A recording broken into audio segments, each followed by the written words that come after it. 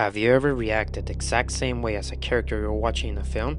I have, and I've learned it's very important to do so with a Korean movie called Silenced. There are scary shots in movies that are terrifying all on their own, and then there are shots that aren't as scary if you don't have the context. Silence has one of those. You know something creepy, horrible, and evil is happening, but with the context, the build-up, it becomes the most horrific thing you've ever seen. The film follows a school for deaf children. They are abused by the adults, staff members, the principals, connected to corrupt churches, police, and prosecutors. Their victims are not just beaten, but sexually abused. And honestly, it's the most immersive experience I've ever had, as if I were in the victim's place myself, which is exactly what makes this moment so terrifying. For the first 30 minutes, you live through their experiences, through their painful moments. So by the time you get to the 34-minute mark, you expect what they expect.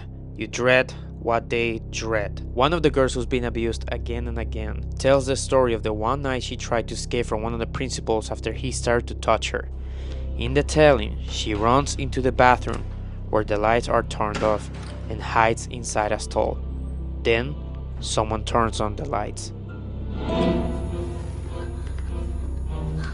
And she hears steps coming closer and closer to her. She sees his shoes in front of her stall. He tries to open it. After trying, it seems he just leaves. And then we get the shot.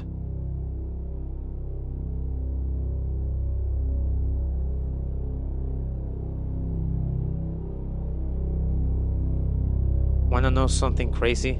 This is technically not a horror movie, it's actually a tragic crime drama. But the first 30 minutes of Silenced had done such a good job making me feel the fear of these kids, that when I saw her looking at this man, knowing exactly what he's about to do, I felt I experienced something beyond a horror movie. But it's an important experience, because when we talk about abuse, most of the time our focus turns into hatred for the abusers, and that hatred, as real and justified as it is, can overshadow the victims and their experience.